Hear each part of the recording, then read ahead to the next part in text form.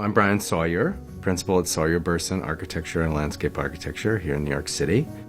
It was this time last summer that I went on this journey through country houses in England. It's impossible to see as many as you might think. I saw about half of what was on our list. The first day we did start at Wilton, which was a really nice beginning to the trip. But the point of seeing Wilton was to see the rooms by William Kent and the architecture by Inigo Jones, so it was quite a combination. The single cube and double cube rooms were of a striking and very simple approach. It's this odd combination of grand space, but the rooms feel actually incredibly comfortable as they are spacious and grand.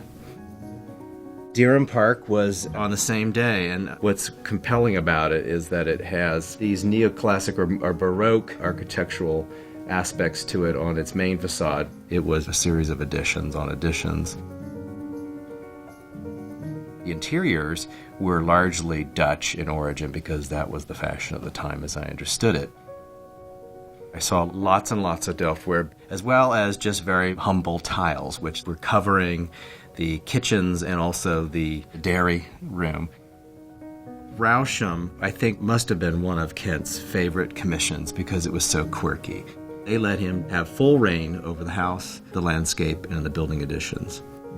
The style of the gardens at ROUSHAM is really sort of a progenitor of that English style, where you have an extremely romantic influence in both the layout and the detailing. So you get incredible contouring based on natural features that were there to begin with.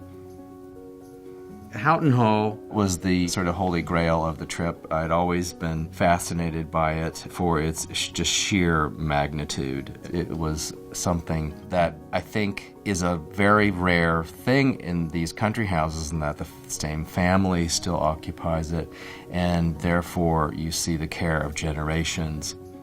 I think what's so inspiring about William Kent for me is that it gives a lot of support to what we do at Sawyer Burson in a way, at least in a spiritual way.